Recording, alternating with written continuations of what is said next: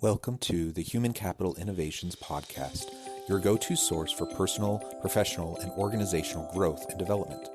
We hope you tune in often for all things people management, organizational development and change, organizational leadership, and social impact related. Maximize your personal and organizational potential with Human Capital Innovations Podcast.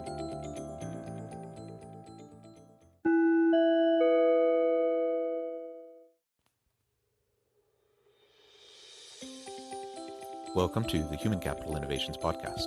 In this HCI podcast episode, I talk with Dr. Lepora Flournoy about leading for transformational change.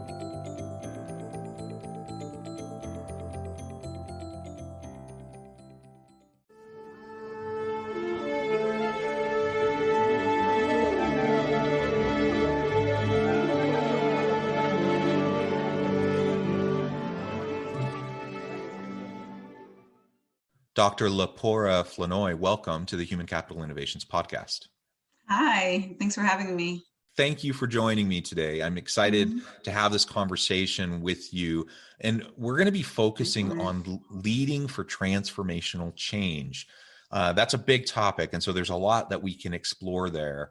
But I think given your experience and background in executive coaching and consulting within organizations to drive change, I think this will be a rich and deep opportunity for us to have a conversation. As we get started, I wanted to share Lepora's bio with everybody. Dr. Lepora Flournoy is a client-focused and data-driven executive coach who has more than 15 years working with the C-suite to better organizations. She successfully works with leaders under high pressure and in demanding environments to deliver results and outcomes that matter to individuals and make an organizational impact.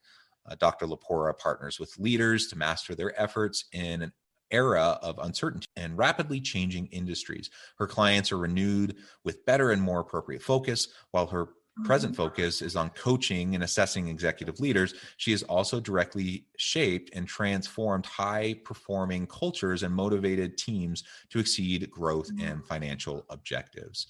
So again, welcome, Lepora. Great to have you with me today. I'm excited for this conversation. Before we launch into the dialogue, anything else specifically that you would like to share by way of background, personal context, or anything like that to lay the foundation for our conversation? Sure. You pretty much summed it up, but just like to, speak to people out there. We obviously know this is a delicate time where there's a lot of transformation and I know it can be daunting, but just to, speak to companies, organizations to be open-minded as far as how they look for that new normal. Like that's a big piece that I share with my clients is that it doesn't have to be a cookie cutter and it can be customized for your organization and what your needs are going forward. Absolutely. And customization is essential. Whenever we're talking about change, there are kind of common principles and themes, and there's change models. And, there's some of these things that can help provide contextualization and guidance in how we move forward towards transformational change. But the reality is that every organization is unique. Every executive and leadership team is unique. Every industry is unique, and every challenge that's pushing us towards change is unique. And so we apply a broad lens of various theories and models and different tools that can help us to drive change, recognizing that there's no off-the-shelf solution for transformational change within organizations. Absolutely. Despite what some people might try to tell you. Exactly. Very good. Well, so let's start off by exploring a little bit more what you mean by transformational change. Sure. How is transformational change different than perhaps just change? And then how do we start as leaders, either middle management all the way up to executive levels? How do we start to lead for that desired transformational change? Absolutely. It's a great question. Great start. So first and foremost, when we look at transformation and change, I personally espouse to the Kaizen philosophy, and that is just pretty much a Japanese philosophy that is very old that states there's always room for improvement. So there's always that continuous growth that we all can have, and which is an indication of life. To me, change is an indication that this is a living organism, whether it's an individual or an organization. So that being said, you have your intermittent change, that's not constant. You have your incremental change, that are small doses over time. And then we have your transformational change. And so that's the big change. So to give you an example, I'll just throw out a random example out there. If you have a compensation department, for example, they may understand that they're missing a certain band within their compensation philosophy and structure, because they are constantly underbidding for a specific role. So given that, they may add an expansion to whatever that band is. So say, for example, it's 75,000 to 150,000. They may change it, given the fact that they're out of market. They may do a benchmarking study and realize, okay, we have to expand it 75,000 more and change it from 100 to $200,000. That's a change. They made a change. They realized they had to do a tweak for a certain role. A transformation is looking more so at their overall compensation philosophy and saying, hey, it's outdated the way that we lead compensation. So we need to completely overhaul what we're doing. They maybe haven't updated in a while. They may not be paying based on performance, but only paying, for example, cost of living. They may have 100 bands when they really only need 10. So something like that is a massive change. Another massive change is going from working in the office 5 days a week to working at home 5 days a week. That's another transformation versus, say, for example, a change might be, okay, you're working from home or remotely once every 2 weeks. The reason why what makes a transformation are the conditions that need to adapt and adjust in order for that change to be successful. So it's a big adjustment for people. And so therefore, big preparations need to be made. So that is the biggest difference between a change, so to speak, versus a transformational change, which obviously at the end of the day is going to be subjective based upon the organization. Yeah. And I think, we all experience change constantly. I really like your initial framing of change means growth, right? If we're in a learning organization, if we have a growth mindset where we're constantly trying to develop ourselves and achieve our greatest potential, then there's necessarily going to be change, and there's going to be discomfort. There's going to be ambiguity and uncertainty, right? So part of this leading transformational change is starting with an acknowledgement that change is normal, to be expected, and really to be embraced, frankly, if we want to learn and grow and develop into our true potential.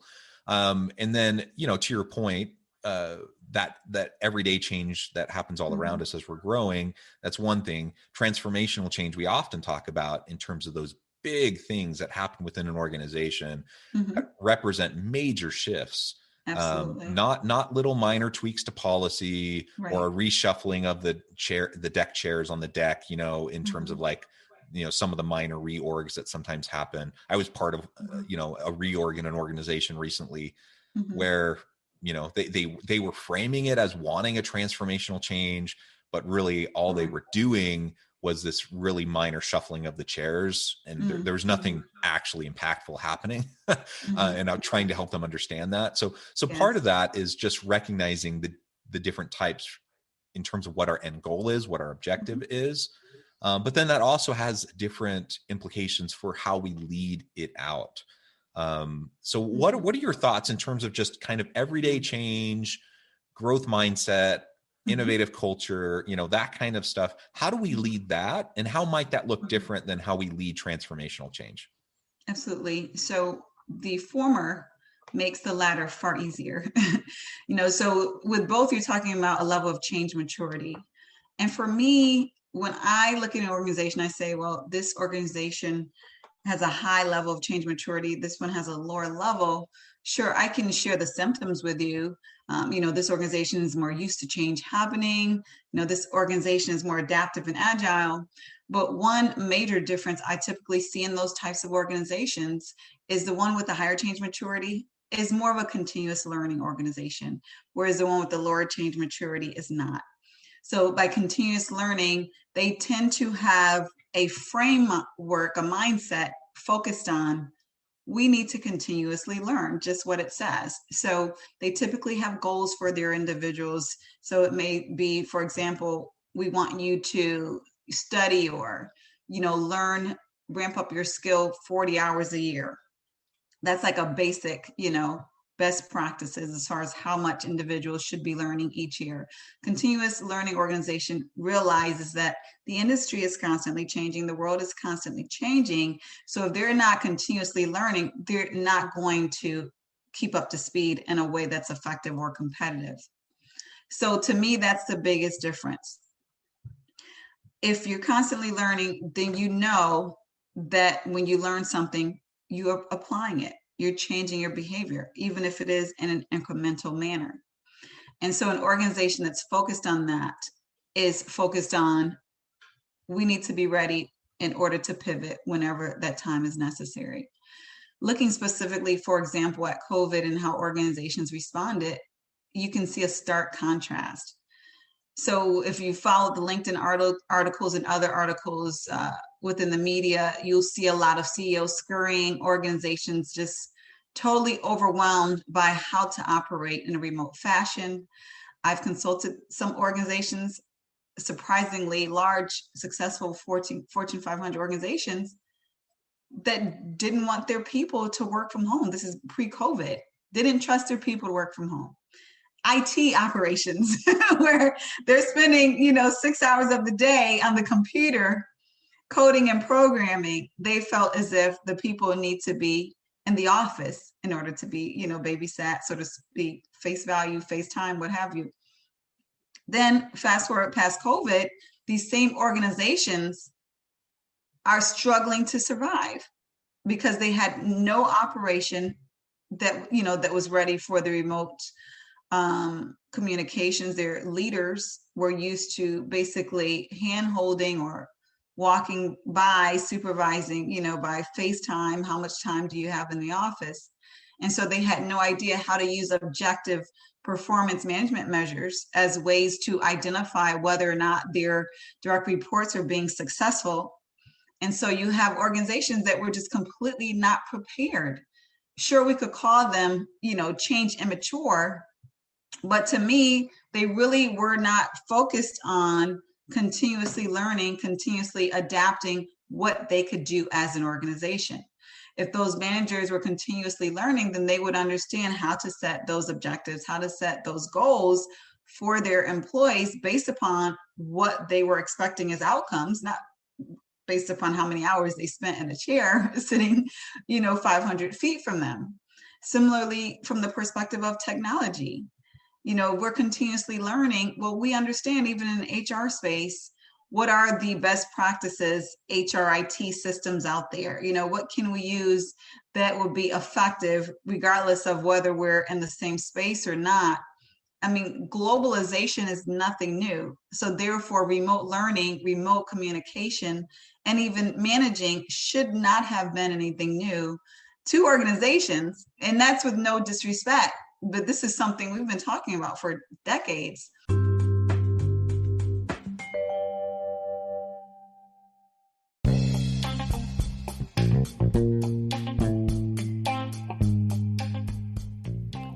I'm excited to announce the publication of my new book from HCI Press, The Alchemy of Truly Remarkable Leadership: Ordinary, Everyday Actions that Produce Extraordinary Results. Consider how the nature of work has shifted over the past 50 years. With increased globalization, rapid technological advancement, and the shift in economic composition, the average job of today looks very different than the average job of 50 years ago. What will the jobs and organizations of tomorrow look like? Moreover, what does this all mean for organizational leaders? What are the core competencies and capabilities of organizations and their leadership that are prepared for continued disruption and geopolitical and socioeconomic shifts? Regardless of what the future holds, increasingly, leaders need to be socially minded, data-driven, decisive, champions of talent, and disruptors of the traditional notions of leadership, teams, organizations, and work. The Alchemy of Truly Remarkable Leadership will help you to explore your own leadership competencies and capabilities and consider ways to apply and implement them into your workplace and personal life.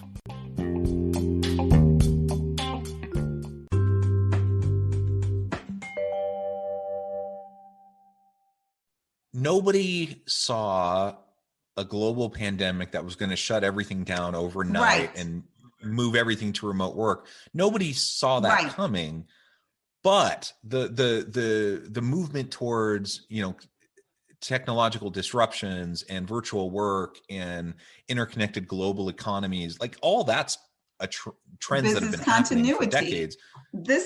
It's been there, so it's a matter of, well, do I send my people to learn just in time, or am I going to be a continuous learning organization where I believe my people should always be learning what the best practices are, what the options are? To me, that's what differentiates a change mature organization from one that's not. Am I proactively learning with my people, or am I learning in a more reactive, just-in-time manner that may be not just in time, but too late when you're faced with a pandemic like COVID? Yeah, absolutely. I think that's really well said.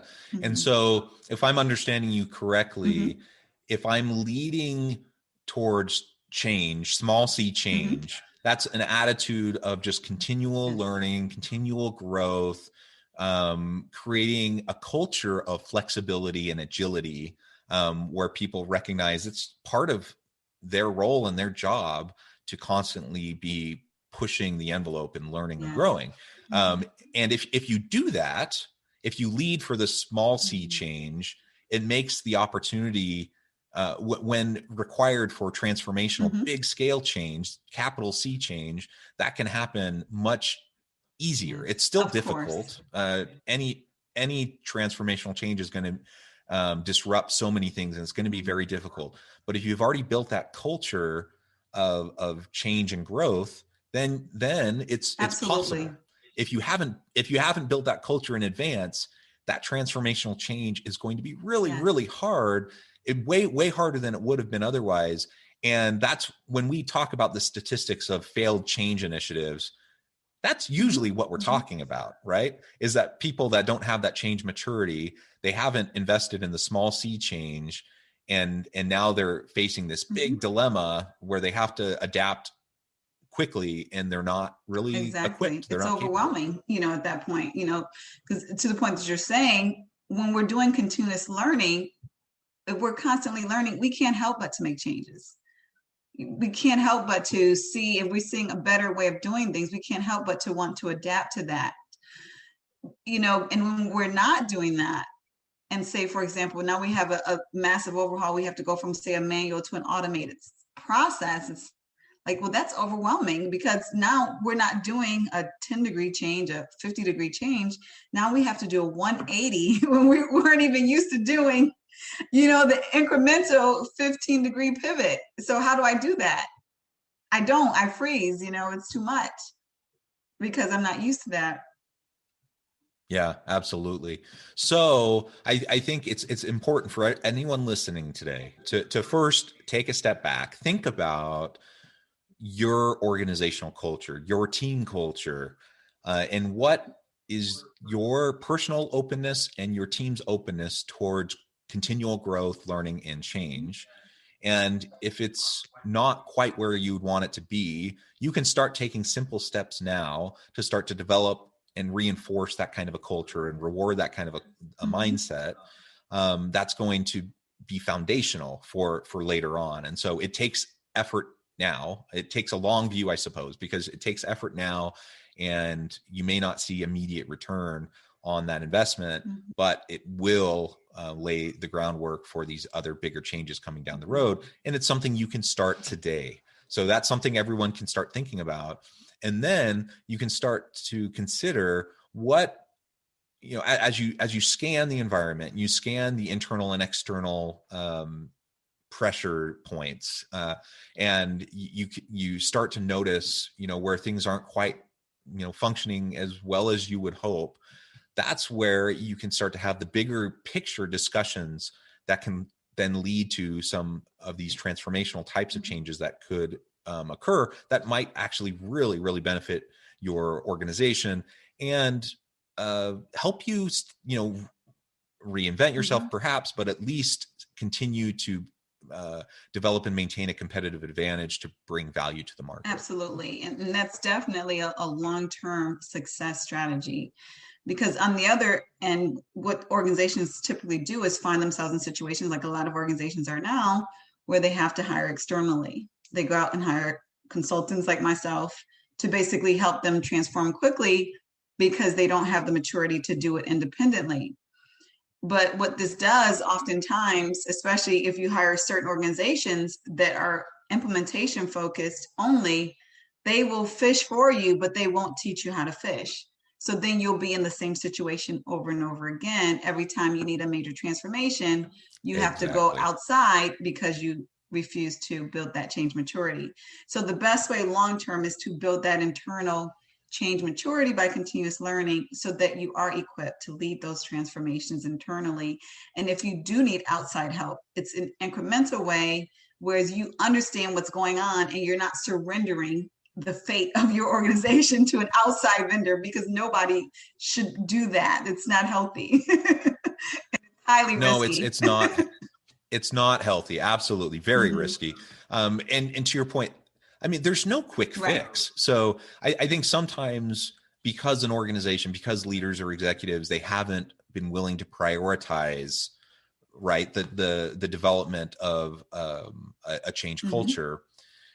And because they haven't done that, then when this new, they finally get to the point of recognizing, yes, we need to have this transformational shift. We need this transformational change. They recognize they don't have the capacities to do it. So they want to bring in a consultant.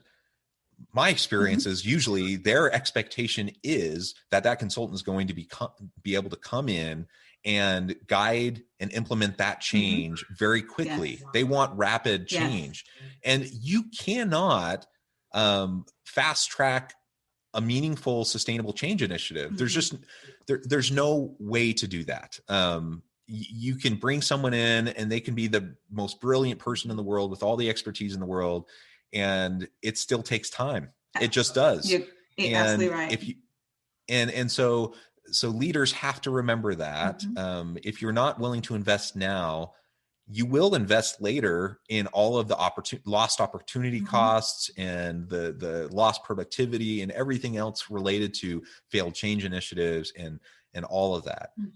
There's no quick, easy fix, and you can spend hundreds of thousands of dollars, millions of dollars with the most prestigious consulting agencies to try to come in, and still it doesn't always work because if there's no internal commitment to change, then those transformational changes can never take hold.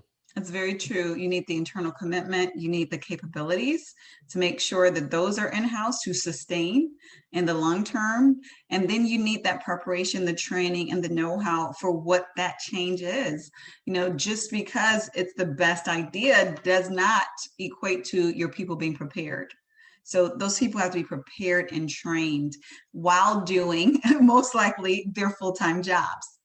And so it is, to your point, Jonathan, it is a process. And I'm always telling leaders, you have to expect, in most cases, some type of performance dip when you're doing massive transformational change while engaging your people, because they do have these full-time roles while they're now adapting new skill sets and adapting new responsibilities. So while I help as much as I can to lower that performance dip, to the slope that it could be, there's still a performance dip.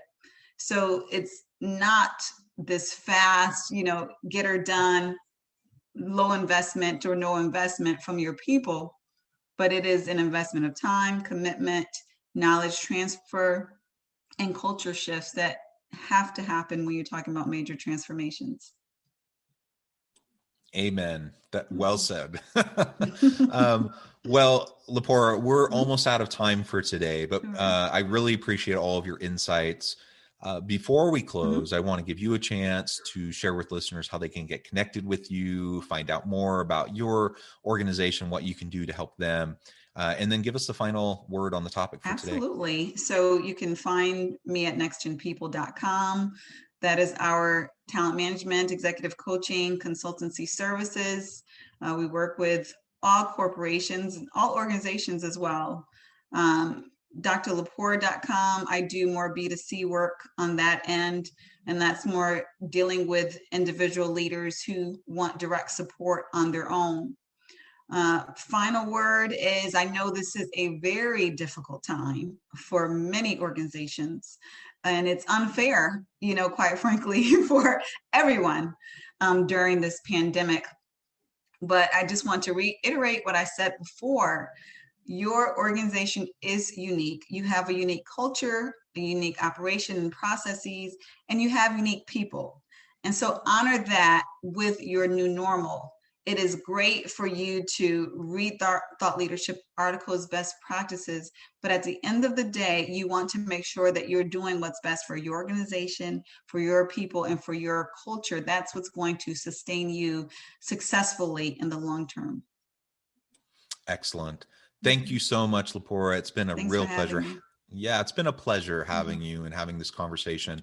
We could dig way deeper, and perhaps I could have you back on another time where we could explore this to a greater extent. But I hope everyone has been able to take away at least a few nuggets of what you can start doing today to make a difference in terms of that change culture, that change mindset within your organization that will prepare you for when these big, huge, monumental, transformational changes have to happen in the future. As always, I hope everyone can stay healthy and safe, that you can find meaning and purpose at work each and every day. And I hope you all have a great week.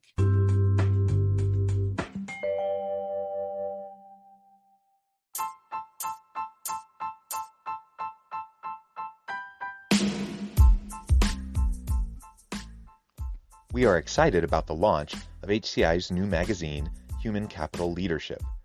Human Capital Leadership is a free, interactive e-magazine designed to help individuals, leaders, and organizations find innovative approaches to maximize their human capital potential. We will be publishing issues quarterly in August, November, February, and May. Check out the first issue and let us know what you think.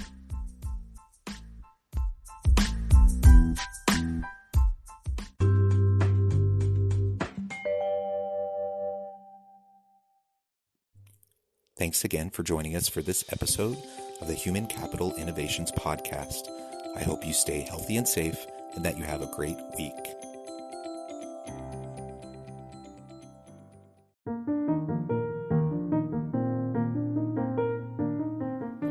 Check out our new weekly LinkedIn newsletter, Alchemizing Human Capital, exploring industry trends via original research and interviews with executives and thought leaders from across the globe. We look forward to having you join us.